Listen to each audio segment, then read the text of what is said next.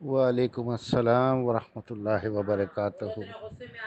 جناب سید فواد حسین صاحب فرام ڈیرہ غازی خان، پنجاب۔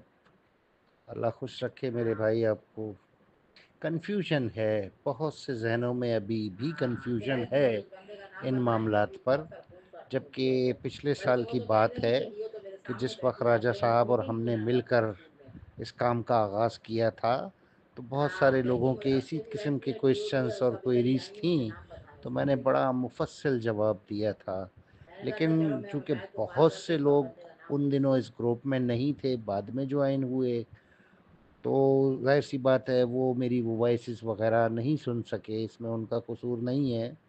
تو جو لوگ اسٹل لا علم ہیں سچویشن سے اصل، تو ان کے ذہنوں میں ظاہر سی بات ہے وہی راجہ صاحب کا پیریڈ گھوم رہا ہوتا ہے جس میں وہ سیف الرحمن صاحب کو ڈیفینڈ کرتے تھے بقول آپ کے۔ سچویشن کو سمجھنے کی ضرورت ہے۔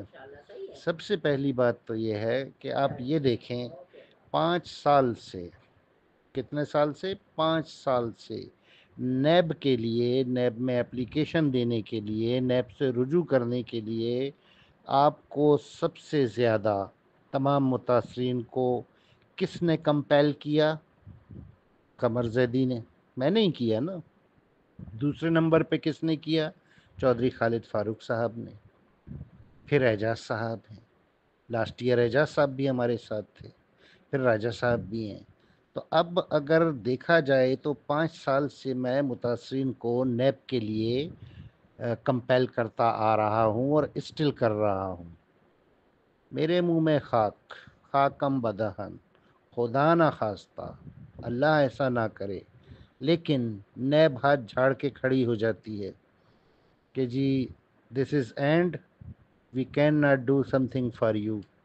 ہماری طرف سے آپ کو کورا جواب ہے، ہم کسی کے لیے کچھ نہیں کر سکتے۔ یہ میں ایک اندیشے پہ بات کر رہا ہوں، ایک فرضی بات کر رہا ہوں۔ تو پھر آپ مجھے کن الفاظ میں یاد رکھیں گے؟ آپ بھی اور متاثرین بھی ظاہر سی بات ہے یہی کہیں گے نا کہ یار 5 سال قمر زیدی صاحب نے ٹرک کی بتی کے پیچھے ہمیں لگا کے رکھا، نیب کی تعریفیں کی، ادارے کو درست ثابت کیا، ہم قمر زیدی صاحب کی باتوں میں آ کے نیب کی طرف گئے، ایپلیکیشنز دیں، اور ہوا کچھ نہیں۔ یہ کوئی نہیں دیکھے گا کہ یار قمر زیدی کی نیت کیا تھی۔ بنیادی چیز ہوتی ہے نیت۔ اللہ تعالیٰ بھی نیت پر جزا اور سزا کا دار و مدار رکھتا ہے، حساب کرے گا۔ اب یہاں پہ تھوڑا سا اس کو سمجھنے کی ضرورت ہے۔ دیکھیں، کیشورت بنی، میں خلاف تھا کیشورت کے، میری پوری ایڈوائزری کمیٹی کیشورت کے فیور میں ہو گئی تھی۔ اس وقت ایڈوائزری کمیٹی کو بھی اور راجہ صاحب کو بھی، جو ایڈوائزری کمیٹی کا حصہ نہیں تھے، ان سب کو کیا لگ رہا تھا؟ یہ لگ رہا تھا کہ سیف الرحمن کیشورت کے ذریعے سے متاثرین کو ایکوموڈیٹ کرنا چاہتا ہے، لیکن مجھے نہیں لگ رہا تھا۔ میں شاید زیادہ جہان دیدہ تھا، سیف الرحمن کی نیت کو بھانپتا تھا، سمجھتا تھا، اس لیے میں کیشورت میں نہیں گیا، اور کیشورت کی میں نے مخالفت بھی کی۔ اور میں نے یہاں تک کہا اختلافات کے دنوں میں، جن دنوں میرا راجہ صاحب سے کیشورت کے معاملے پہ اختلاف تھا، میں نے یہاں تک کہا خواجہ عمران کے گروپ میں کہ میں کیشورت بند کرا کے چھوڑوں گا۔ یہ بات آپ سب لکھ لیں۔ اب میں کیا، میری اوقات کیا، میری بساط کیا؟ انسان کوشش کرتا ہے، قبولیت تو اللہ تعالیٰ دیتا ہے نا، اللہ کی مرضی نہ ہو تو دنیا میں کچھ نہیں ہوتا۔ بہرحال کیشورت بند ہوئی، لیکن میری نیت یہ تھی کہ کیشورت سے کچھ نہیں ملے گا بلکہ مزید متاثرین لٹ جائیں گے۔ راجہ صاحب یا میری ایڈوائزری جو کمیٹی کے تمام ممبرز تھے، وہ یہ سمجھ رہے تھے کہ شاید سیف الرحمن پیسے دے دے گا کیشورت کے ذریعے سے بی فار یو کے، لہٰذا وہ اس نیت سے میرے مخالف بھی ہوئے، اور اسی نیت سے انہوں نے لوگوں کو سب کو جوائن کروایا، اسی نیت سے سب نے کیشورت کے لیے ان لوگوں نے کام کیا۔ تو اب بعد میں جیسے کہ مجھے ایکسپیکٹیشنز تھیں، اندیشہ تھا کہ سیف الرحمان فراڈ کرے گا کیشورت کے ذریعے، سو اس نے کیا، میری بات صحیح ثابت ہوئی، تو باقی سب کو بھی اندازہ ہوا کہ یار شاہ صاحب نے بات تو ٹھیک کہی تھی۔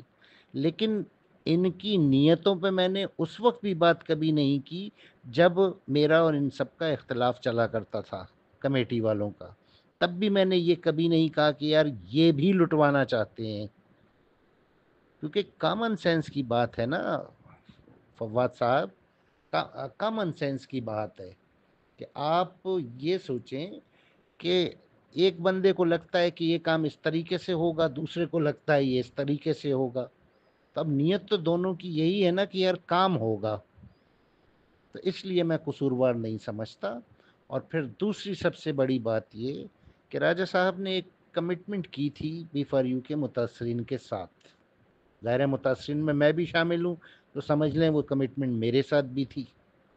کمٹمنٹ ان کی یہ تھی، اور اس وقت جس وقت کے بی فار یو بند ہو گئی تھی اور معاملات کورٹ میں آ گئے تھے، اس وقت راجہ صاحب نے ایک کمٹمنٹ کی تھی کہ جس دن مجھے اندازہ ہو گیا کہ سیف الرحمان متاثرین کو پیسے لوٹانے میں سیریس نہیں ہے، یا کوئی ہینکی پھینکی کر رہا ہے، یا اس کی نیت میں فطور ہے، اس دن میں سیف الرحمان کا ساتھ چھوڑ دوں گا، اس دن میں متاثرین کے ساتھ کھڑا رہوں گا۔